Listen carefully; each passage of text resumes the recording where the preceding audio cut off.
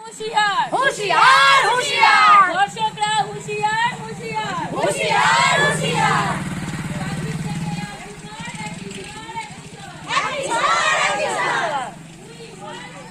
করে বাঁচতে চাই, লড়াই লড়াই লড়াই চাই, লড়াই করে বাঁচতে চাই, এই লড়াই লড়বে কে? তুমি আমি আমার। 4 সেপ্টেম্বর সন্ধ্যা রাত থেকে উত্তাল সারা বাংলা, দিকে দিকে একই কণ্ঠস্বর, প্রতিবাদের আওয়াজ। আজ 5ই সেপ্টেম্বর মধ্যরাত পর্যন্ত হতে চলল চারিদিকে গ্রাম থেকে শহর, প্রতিবাদের বাড়ছে বহর, গ্রাম থেকে শহর, সেই ধ্বনিত হচ্ছে একই কণ্ঠস্বর।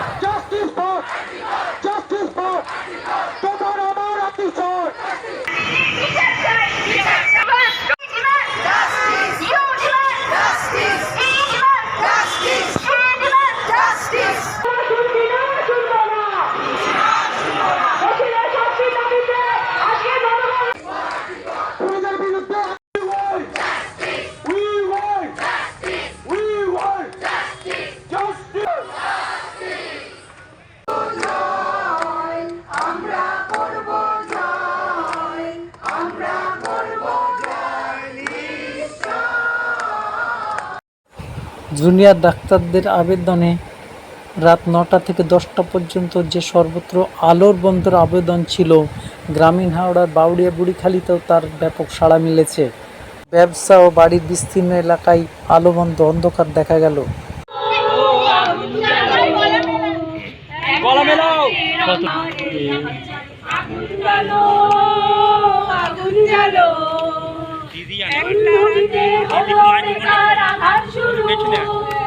বুকের মধ্যে উঠলো বেজে গুরু গুরু গুরু গুরু, দুমদুমিতে হলো পাড়ায় ছুটে শুক্তি রাতের স্বপ্নে দেখা বন্ধু ভালো, আগুন জ্বালো আগুন জ্বালো, প্রাণের আবর্জনা পুড়িয়ে।